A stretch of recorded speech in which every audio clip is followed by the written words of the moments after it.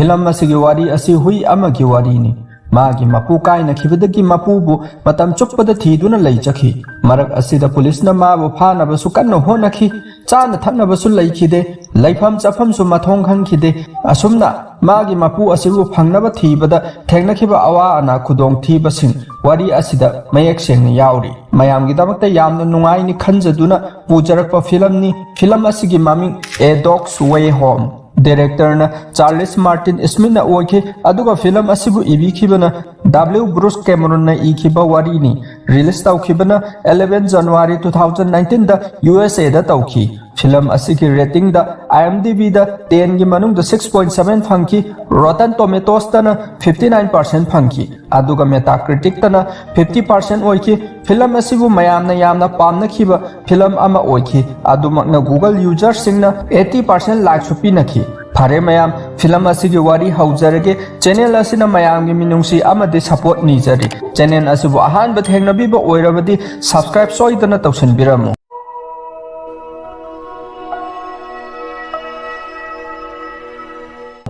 film असिगी Ahaan बसिंद हुई खरगा हौदों खरगा मखोइना सेमजबा मकोन अमदा लैबा उहल्ली मखोइ मसेन नुसी चानना लैमिनारमी मफम असिदा बेला कौबा हुई मसा अमा अहानबा ओइना उहल्ली बेला यामना पिइ हौदोंसिंग अदुगा नुंगाइना सानदुना लैमिनारी नोंगमदी पुलिस की टीम अमा लाक्तुना मखोइसिंग अदु फारमी मपु पांदना लैबसासिंगबु लमहेनबा अंगाउबनी हाइदुना फारिबनी मसी मखोइगिदि चनबिनी पुलिसिंग अदुना फाबदा बेलागी ममासु याउख्रे खरा अमना नांथोक हौरे हौजिक बेलागी फैमिली अमता लैत्रे हौदोंगी फैमिली अमदि लैरमी हौदों ममा अदुना बेलाबु योक्पिखि असुमना मियोइबसिंगसे मखोइगी येकनबनी हाइना बेलाना खनखि अदुबु बेलागी लाइबक तंबंगमदे हाइदुनी नोंगमदी बेला लुकास कौबा नुपा अमगा थेंगनरे मखोइना लैरिबा मकोन अदुगी हेक मनाक्तनी लुकास की युमसु लुकासना मखोइगी मनाक्ता तोइना लाक्तुना चान थंगनबसु पिरमी लुकास की मिनुंगसी चाउरबा मतौदा बेला लुकास पु यामना नुंगसिजरमी लुकास की मनाक्ता लैबसे बेलाना यारमी लुकासु बेलाबु मागी फैमिली अमगुम लैमिनारगे हाइना लेबले असुमना बेलाबु लुकास की युमदा पुदुना लाक्ले बेला पिकलिबनीना सानबे यामना पामनमी लुकासु बेलागे अपाम्बा अदु खंगबिरदुना नुमित चुप्पा अमा सानदुना लैमिनारमी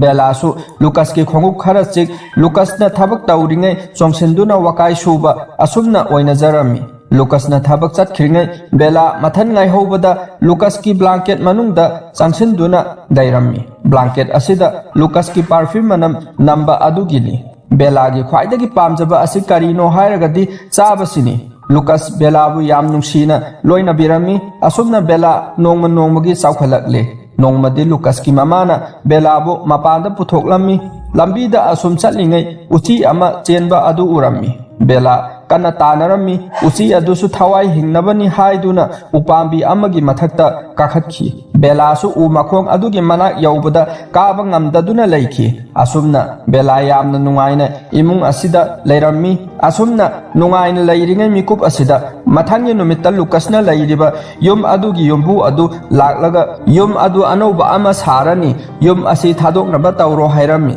अदुगा युमबु नुपा अदुना लुकास की मनाक्ता बेला लैबसि यामना पामनमदे अदुबु लुकासना अयाबा पीदबना नुपा अदुना कैसु तौबा ngamde लुकासना काउंसिल दा चे थादुना थिंगबा ngamलिबनी ngasai ahobada हौदोंगी फैमिली लैरिबदु लुकासना लैरिबा युम अदुगी मखा ओइबना मखोइ मफम चाबा अमदा थमद्रिफाव युम असि थुगाइबे यारोय हाइना थिंगलिबनी असुमना मथंगी नुमित्तासु युमबु नुपा अदु युम अदुदा लाकदौरिबनी मरम अदुना लुकासना बेलाबु लै हाइबसि खंहनिंगदबदगी मागी ऑफिसता बेलाबु पुदुना चलमी ऑफिस असिदसु हुई पुसिनबा असि अथिंगबा लैरिबनी लुकासना ऑफिस अदुगी अहांगबा मी चंगनदबा का अमदा बेलाबु थमलमी असुमना बेला मथन कुइना लरकपसिदा लुकासपु कौरिबनी हाइदुना कन्ना कन्ना खोंगलमी नुपा अमना बेलाना खोंगलिबा अदु ताबदगी का अदुदगी पुरगा थोलकले ऑफिस अदुदा लैरिबा मी खुदिंगमक बेलाबु यामना नुंगसिना लुना तौबिरमी बेलासु मखोइगी मरक्ता लैबा अदु यामना नुंगाइजरमी अदुदगी लुकासना बेलाबु डॉक्टर अमगी मनाक्तासु पुरक्तुना मसा अदु चेकअप तौथोकपिरमी बेला चेकअप अदु लोइरदुना मयुम हलकपदा मयुम अदु युमबु नुपा अदुना थुगाइबा हौदुना लैरमी लुकस चेंसिनदुना खामलमी युम्बु नुपा अदुगी मखुत्ता अयाबगी ऑर्डर से अमसु पाइरम्मी हौजिकसु हौदोंसिंग अदु खरादि चेंथोकनरकले खरा अमदि लैरि असिगी खुदोंचाब लौदुना लुकस की ममानबी अमना सोशल मीडिया दा वीडियो नमदुना लाइव थारम्मी युम्बु नुपा अदु वीडियो लाइव थागतपा अदुदा मिंगचत थीरनी हाइदुना थुगाइबा अदु लेफलम्मी अदुबु नुपा अदुना दी लुकसते यामना सौरम्मी असुमना नुमित असिमा लुकस नंगम हौरे नुमिदांगी मतम ओइसलकपदा लुकस की युमदा पुलिस अमा लाक्लमी पुलिस असि युम्बु नुपा अदुना पैसा पीदुना नेक्लगा थारकपनी नुपा अदुना हाइरम्मी अखोइगी सिटी असिदा नखोइना योक्लिबा हुई जातसे योक्पा अथिंगबा लै मखोइना मी अमदा हेक्ता चिक्लुबसु याय अदुना हुई असि मफम असिदा थमगनु हाइना वार्निंग तौरम्मी करिगुम्बा मथंग आइना हुई असि पुथोरकपा उरबदी एनिमल डिपार्टमेंट दा पिथोखिनी हाइरमलगा चटख्रे लुकस हानदगी बेलागी दमकते याम वाजरकपनी हौजिकसु बेला थंबसे यामना लुरम्मी लेगल एक्शन लाक्लबनिना लुकस बेलाद ट्रेनिंग अमा पिरम्मी करिगुम्बा नंगना थोकपदा पुलिस उरबदी युम मनुंगदा थुना यांगना चेंसिनगदबनी हाइना ताक्लम्मी बेलासु यामना सिंगबा हुई ओइबना लुकसना हाइबा खुदिंग लोइना इलम्मी नोंगमदी बेला युम मनुंग लैरिङै माना तानाखिबा उची अदु थोंनाव मपानदा लेप्तुना बेलादा येंगलकपा उरम्मी खुदक अदुदा बेला उची अदुबु तानारम्मी माना चेंथोरकपदा थोंनाव अदु काइरदुना मंगक समदा यान्दुना चेलकलम्मी लुकस ऑफिसतगी हलकपा तंजा ओइरम्मी बेलाना तौरमलिबदु उबदा चेंसिनदुना मंगक समदा यालिबदु लौथोकपिरम्मी तंजा असिदा पुलिस नुपा अदुसु लाक्लम्मी लुकसना बेलादा चेनघिनबा हाइबदा बेला चेलो हाइबे यादर मनाक्ता अदुम लेंगदना लैरम्मी बेला लुकस पुथादोक्तुन चटपा पामदे अदुना चेंद्रिबनी पुलिस नुपा अदुना बेलाबु फादुना पुरगा हुई थमफमदा थमलम्मी बेलाना खनखि आइना लाव खोंगदना तुमिना लैरबदी मखोइना आइबु सोइदना थादोकपिरकनी हाइना खल्लदुना तुमिना लैजरम्मी नुमित असी तासिलकले कनासु लाक्त्रबदुदा बेला कप्तुना खोंगलगा लुकसपु कौजरम्मी असुमना नुमित असी हौख्रे नोंगालकपदा लुकस फाइन थीदुना बेलाबु लौथोकपा लाक्ले बेला लुकस उबदे यामना हराउजरम्मी मफम अदुदा पुलिस नुपी अमसु लैरम्मी माना लुकसता हाइबिरम्मी नखोइगी बेलासे पिट बुलडॉग की कैटेगरी दा चलहनख्रे मखोइसे उबदा नोंमैना कापगी अयाबसु पीरबनी अदुना नखोइना माबु लैमिन्नगे खल्लबदी मफम असिदगी अतोपा मफम अमदा चटख्रो हाइना ताकपिरम्मी हौजिक लुकस अमदी बेला युमदा हलकले अदुगा लुकस डिसीजन अमसु लौरम्मी बेलाबु मागी ममानबी विक्टोरियागी मखुरागी मयुमदा मतम खरा थमलगे आइगी युम अनौबा अमा फंगद्रिफाव मखुरागी युम अदुदा लैरबदी बेला सेफ ओइरनी मफम अदुददी असिगुम्बा लो अमता लैते असुमना नुमिदांगी मतमनी बेलाबु थिंदोकनबा तौरिङै पुलिस नुपा अदु मपानदा संगदुना लैख्रे पुलिस नुपा असि मखोइगी युम्बु नुपा अदुगी ममानबनी युम्बु नुपा अदुना लुकसता मतम चुप्पदा लमन खुम्बा पामलिबनी अदुननी पुलिस नुपा असिना संगदुना लैरिबसी फिबम असिदा लुकस की ममाना यारोय खंगलदुना पुलिस नुपा अदुगी मनाक संगसिनदुना वारी साजिलम्मी असुमना वारी सारिङै लुकसना नकन अमदा थोक्तुना बेलाबु गाड़ी अमदा हापतुना पुहन्नबा तौरम्मी बेलादी कैसु खलमदे लुकसतगी लापना चलिबनी हाइबसी बेला खंद्री गाड़ी अदु थौख्रे बेलाना चलिबा मखुरागी युमदुगी अरापसे किलोमीटर 3,000 लापा मफमनी बेला मफम अदु यौरबगी तुंगदा लुकसपु यामना निंगसिंगजखि लाकद्रा हाइना नुमित खुदिंग ngaijaki अदुबु लुकस सुलाक लाखिद्रे हुई हाइबा जीवसी मपु यामना चानबा निंगबा मपु उद्रदी लैबा ngamde मतौ असुमना बेला लुकस की खोंगुल लीबा हौरगे हाइना खल्ले असोमदना लुकस युम अनौबा अम्मा फंगले लुकसपु हयेंग लौबा चटलसी हाइना लैरे बेलादी नुमित असिदा थोफम लंबी अमा फंगबदगी युमदुदगी थोगलखी बेला लुकस थीबा हौजरखी लुकस की लैफम ताना लाकपा हाइबसी था कया संगदौरिबनी बेलादी मतम यामना संगनी हाइबसी खंगलमदे असुम लाकना लुकस बेलाबु लौबा लाकपा अदु लंबीदा थेंगनरमी बेलादी जंगल अमदगी फाउदोरकपना गाड़ी थौखिबदो उहौद्रे बेला चना जंगल अमदे यौरकले जंगल अदुदा लैरिबा सासिंग अदु मागी पुंसीदा अहानबा उबनी असुमना नुमित असिमसु हौख्रे बेला मथंगी नुमित्ता चाक यामना लामलम्मी जंगल अदुदा उची खैरोय अमा थेंगनरमी उची खैरोय अदुबु फागे हाइदुना कन्ना तानरमी यामना यांगबना फाबा ngamhौद्रे अदुदगी सिटी अमदा थोगलकले चाबा खरत ओइरबसु फंगलदि हाइना मफम अदुदा अतोपा हुई जात खरा लैबसु थेंगनरे लंबीदा तारंबा अचापोसिन खुंदुना चारी Bella ahanbadadi makoigi manak changba kirami adubu changlubadadi mabuk yamna faba huising oirami Bella da chana thaknaba su pirami sa tanba su takpirami haujikti Bella makoiga leiminaba adu yamna nungaijarami nungsi chanana su leiminarami adumakpu Bella Lucas pu ningsingduna adum leirami asumna numidangi matam yausilakpada huising adu magi yumsingda changnakhi Bella di yum leitabανina lambida leptuna yengduna leibadu hui amana nungaitabadagi magi da changsi haina isara tawrami Bella hui adugi mapu adu yamna fai haiba khangi adubu ma kanagi manaktasu leiba pamnamde Lucas ki manak natana asumna numit kharani amasu haukhre Bella Lucas pu thibagi khongchat adu chatpa hauki asum khara laklaga jungle amada tasilami mana sum lakpada igi manam phawrami igi manam adu thiduna lakpada nongsa mapi ama siduna leiramba thengnare nongsa asi sadan basingna nongmaina kapadagi sibani Bella asiba asi ubada yamna nungaijaramde mana sum koyeng yengbada asiba nongsa asigi masa apikwa ama leibadu urami adudagi Bella nongsa masa adu mana yokcharami mamingsu haudong masa manba haina thonbirami haujikti nongsa masa asigi mama Bella na oire nongsa masa yam thuna chaukhatpa horaklami Bella su magi damak chanaba thiba chattuna mina sagani haina thamba achapot phau laktuna puraklaga picharami makhoi ani nungsinana leiminakhi nongsa masa adu kharaga chaukhalakle haujikti masana machinjak thijaduna chaba ngamle nongsa masa adu nongmagi haisingba hengalaklami Bella gi chanabani haiduna nga amasu phaduna puraklami nongmadi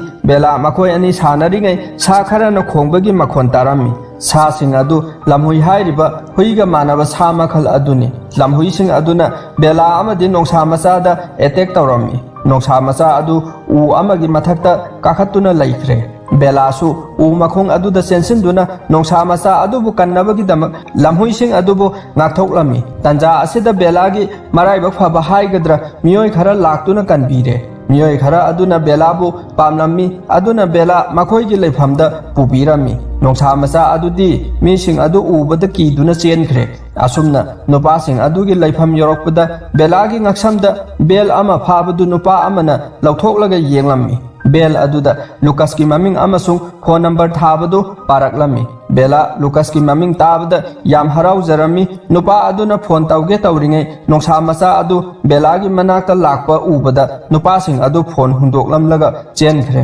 Bella Lucas ka thengnaba phanglani harau jaramba adu asa pungkai kaikhi asumna nongsa masa aduga makhata na leiminaba hauki nongmagi asum haujinki matam sangna haujinkhre nongmadi unsu yamna tarami nongsa masa adusu nga phabi sanarami adudagi makhoi ani ice mathakta nanthu bi sanakhi mikup asida Bella Lucas pu ice ta maga sanakhibadu ningsinglami tanja asida atopu hui amagi manam phawrami matam kuina makhoi ani khak leirakpana manam adu hui ki manam ni haibasi kauthoklami asumna leiringai hui ama magi mapuga lakpu urami hui adu Bella ubada harauraduna Bella gi manakta sensilai mapu aduna chen khidanaba laurami adudagi hui aduna chen khibada ungi chingjep adu ningkhairakhi mapu adusu un ningkhairakpana nansinki Bella chensinduna unsing adu kanna khotoklami miyoi kharana su uhobadagi chensilaktuna nupa adubu kankhi Bella yamna singba hui oibana nupa adu kanba ngamkhibani nupa asi asok apan khara yauraduna rescue team ama laktuna hospital da punaba tawrami nupa aduga loinarakpa hui adudi mafam aduda sensinduna kanba yaukhiba nupa ani da sinnarami nupa ani dusu asokpa nupa asi phatri phau thammasi haina Bella ga punna lakminnare Bella amadi atopo hui adu nupa ani sina luna tawbirami makhoi ani su sum laiminaraklabanina yamna nungsinarami asumna matam khara leiraga asokpa nupa adu khara phagatle haiduna mayumda putharakle haibasi nupa aduda pau piraklami adudagi nupa ani duna Bella amadi atopo hui adubu mapugi manakta thilaklami nupa ani asina Bella su asokpa nupa asigine haina khallibani asokpa nupa aduna aigi fibam asida hui asi thamba haibase awaba ama oigani magi machinjak pijaba sungamloi aigi dikana su leitre maram aduna hui asibu nupa ani asida hallaga pithoklami asumna nupa ani dusu makhoi ani bu puduna lakle aduga hangma mafam amada nakhoi ani ngasidagi naning nakha tamjaro haina thadokpirami adudagi beladi Lucas pu thiba chatpa hauki hui amadusu magi lambi amada chalhaure asumna khara laklabagi tungda bela chak lamba yamna phauraklammi adudagi bela supermarket amada lona changduna magi sanaba asapot ama chiktuna lona puraklami lambi da asum charingai ahal oiraba nupa ama laktuna belabu magi manakta thambirami ahan nupa asi bikhyari amani belagi maramna hanadagi paisa thathabasu helami hajik bela amaromda yamna nungaina leirami aduga nakan amaromdana wana leirami nungaina leiribagi maramdi ahal asina mabuk thanna pisarammi chak lamba phawhalamdi aduga wana leiribagi maramna ahal asina belabu thauri amana punduna ningkha tamhalamdi belagi pandamdi magi mapu lokaspu thiraga phangjabani ahal asina thauri na punsinduna thamlabanina Lucaspu thiba chatpa yaramde asumna ahal asiga leiminaduna matam khara amasu haukhirami hajik ningtham thagi matam yausilakle ahan nupa asisu nongma gi sonba henjilaki nongmadi nupa asina belabu turen mapan amada puduna makhoi gi leifam sarami belasu thauri adu chiktuna thadatnaba kanna honaki thauri adu talamdai mikupta ahan aduna sangsilaktuna yenglaga jot ki chen ama sindoktuna magi khwangda punsinki aduga ahan adu kapna tumthaki mathangi ayukta ahan asi ingmanbana maram oiraga sikhre belasu ahan asi siramale haina khalladuna tumina heplaga leire adudagi ngaihak leiraga bela chatnaba kanna honaki adubu ahal asina belada pulamba joli adu magi khawangda kisinduna thamkhibana chatpai ngamkhide asumna hona numit nini humni amasu haujinkhre bela manakta leiramba chana thaknaba khara leibadu charami isingdi leitabana thaklamde manakta ture leirabasu kumthaduna thakpa phangdre belana di ahan asigi mateng tawbikhibani ahan asina di ai siradi nangsu sigadami haibagi matagum punsinbiramlibani asiba ahal adu nongma gi masa adu pumthaba horaklami belasu numit kharani ngai thaba tarami mahapu kanagumba ama laktuna kanbigani khanna adubu kanamtana mabu kanbiba laktre bela ising khawrangbana masa adu choktharami turengi ising adu su thakpa phangdrabanina asumna leiringai itha thajadana angang ani khak cycle thauduna lakli angang ani aduna belabu ubada sangsinduna yenglami mangakta pulliba joli adubu thadoke taubada asiba adugi hakchangda pulambada khangladuna chenthorei adudagi hui asisu siba tare haiduna mangakta pulliba adu lauthokpirami bela khudak aduda kanasu uramdana turen aduda thuna yangna chenthaduna ising adu pena thakchakhi ising thakpa loiraga angang ani adugi manakta changchenduna mabu thadokpibagidamak thagatpagi mawong matau ulamlaga bela jangal lomda hallaga laklami asi yauna wara phau bela Lucas puthiba amadi ningsingba leplamde matamsu sahi ani rom haukhrabani asumna jangal aduda lakpada ngasai thengnakiba lamhuising aduna belabu koisinduna leire bela mathantani haibagi matagum lamhuising aduna chathoklagi haina chongsin chikpa hauki belasu magi mapu Lucas thengnadri phau ai siba yadri haiduna onsin duna chiklami bela mathanta oibana lamhuising aduna yam lakjarami bela asokpana maram oiraga leimaida taduna leire bela Lucas ka phangnadana ai sirada male haiduna mamitagi mapi taduna kapsarami mikup asida khonjel hauna khongba makhol ama tarami lamhuising adusu yamki na mathakta yengkhatnarami makhon hauna khonglakhiba sa adu nongsa oirami belana yoksakhiba haudong macha manba haina thonkhiba nongsa macha adu mapung marei pharamle nongsa adu lamhuising adu tana duna chikhatpa horaklami adudagi lamhui mayam ado loina ki duna senakhre bela nongsa adu ubade yamna haraujarami nongsa adu su bela hallaga yumda lakle haiduna harauna sangsinduna belagi masa soklibasing adu marai lekhokpirami sasingi hidakti maraina lekhoklabadi thuna pharibani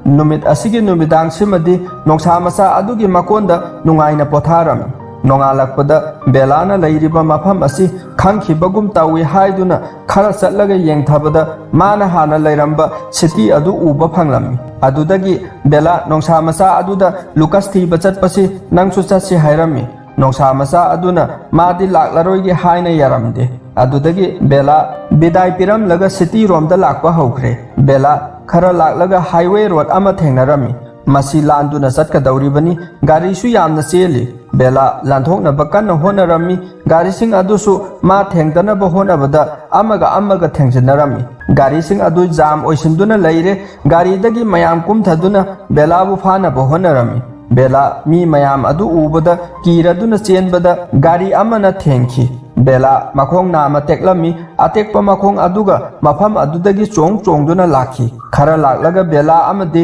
लुकासना हाना लैरंबा मफम अदु यौरक्लमी बेला हराव हराव yum अदुदा चेंसिलमी अदुबु लुकासती लैरमते मथवाई नुवाइता पाकथदुना कपलमी अदुगा yum अदुदा लैरंबा मीदुना पुलिसता phone तौरदुना पाउ पिरमी police अदुसु पंथब तौदना मफम अदुदा यौरखी बेला police नुपा अदु उबदा हौगतुना yum अदुदगी चेंथोरखी police नुपा असि अहौबदा माबु फानब कन्न होनखिबा फतब नुपा अदुनी मरम असिना बेला मा उबदा चेलकलिबनी हौजिक बेलादा लुकास थेंगनब पांबै अमखक्ता ngaire लैरिबा लुकासना थबक तौरंबा ऑफिस लोमदा तपना मखोंग अतेक्पा दुगा लाक्लमी ऑफिस मनुंग अदु चंगबदा मागा हाना थेंगनखिबा मीसिंग अदु लैबा उरमी अदुदगी बेला माबु यंगबीखिबा डॉक्टर गे साइड लोमदा लाक्लमी मसीना मंगोंदा हेना फगनी खन्ना डॉक्टर अदुगी रूम मपा अदु यौबदा कनामता थोकपिरक्त्रे बेला खोंगलदुना कौरमी अदुदसु कनाम थोकपिरक्त्रे